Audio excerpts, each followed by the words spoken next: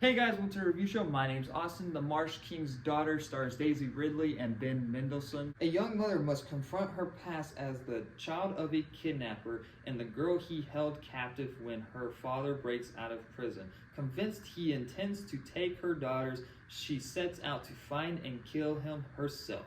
Sounds like an interesting premise, right? Yeah, it sounds very fucking cool. Nothing fucking happens in this movie. It was a fucking waste of time. I'm sorry, Daisy. I really like Daisy Ridley. I do like Ben. I'm not gonna know how to say his name. I do like both of these actors, and I think they can act very well if they given the right material and the right story. But this was just fucking awful.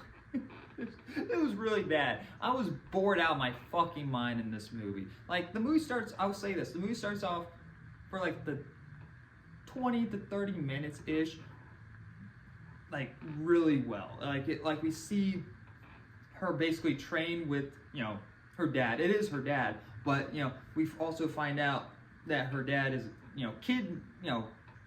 kidnapped and basically raped her mom, and that's how she became. And so it's a very weird, it's a messed up backstory, but it starts off pretty well. And you see her training with him and how to hunt, and how to live in the wilderness and how to protect her family. It's a very interesting opening, and next to see the slow turns and how he gets darker over time, and starts to lose his patience with basically both of them.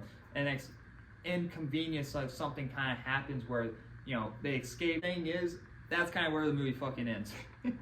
That's where the movie just straight up gets boring and just sort of bad, because for no reason this kid because she really cares about her dad, and she thinks that her mom is crazy, I don't fucking believe you, you're the reason why all this is happening, after she literally sees her dad, who's a very, very bad man, kills somebody who just accidentally comes upon their site where they were living in this middle of the woods. And she's like, what? Dad? What? Mom? What is going on? And she tries to go, after, she tries to run to her dad for safety. And I'm like, girl, he just shot this random dude, and your mom's like, hey, we gotta go. And she hates her mom for no reason. It makes absolutely no sense at all.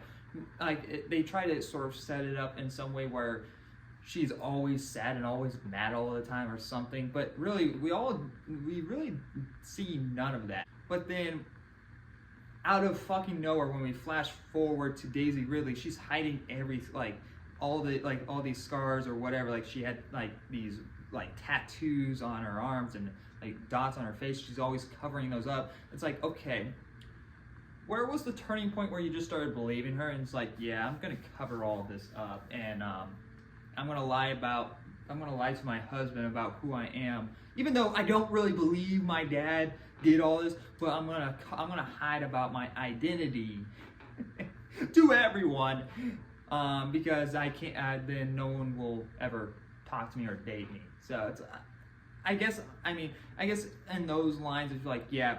Even though I don't believe my dad was that bad of a guy, even though I actually do, because I'm scared of him for some reason, because he's going to come for me and my daughter. You see how very messy that this movie is? It makes absolutely fucking no sense.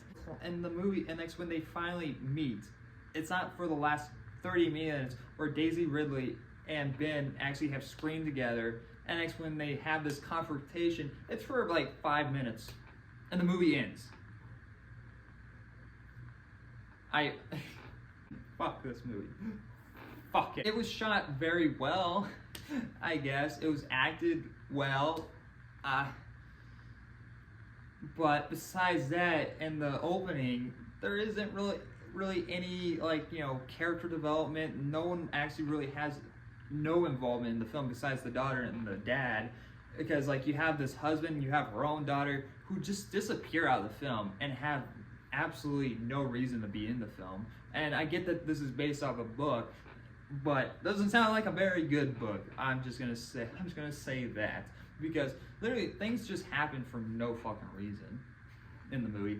There's one scene where she's setting up traps, and next a rabbit gets gets involved in that trap, and she thinks her dad did it. And I'm like, you know, it'd be an interesting twist, like if you did this, or I was like, I thought there was gonna be a twist in the movie. I literally did. It's like this movie is really setting up there to be this twist or something, and it honestly, that could be interesting. It would make sense, it's like because she's always like, she asks her dad at some point, it's like, so how did you find me? I always kept tabs on you. It's like, okay, how?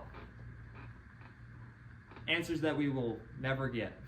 And I thought there was going to be somebody that was close to her keeping tabs on her because he has connections, because he had connections of how he got out of prison. It's like, I thought there was going to be these connections and like, see, well, the other, like, I don't know. I thought they were gonna do something cool, but no, they literally did nothing.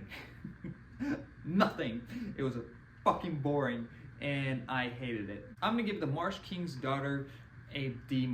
It's really on that edge of getting an F, but what's really gives it that D- is that it's shot well, it's acted well, and that opening was really good. I did like the opening a lot, and I thought that the kid acting was fine until she had to act like she's sad, and that was fucking terrible. But yeah, don't go see it. If you want to see a movie this weekend, go see The Killings of the Flower Moon if you haven't seen it already. I get it's a long movie, but it is worth your time if you want to go see a movie. But anyway, yeah, thank you guys for watching, and like always, I'll see you guys in the next review. Bye, guys.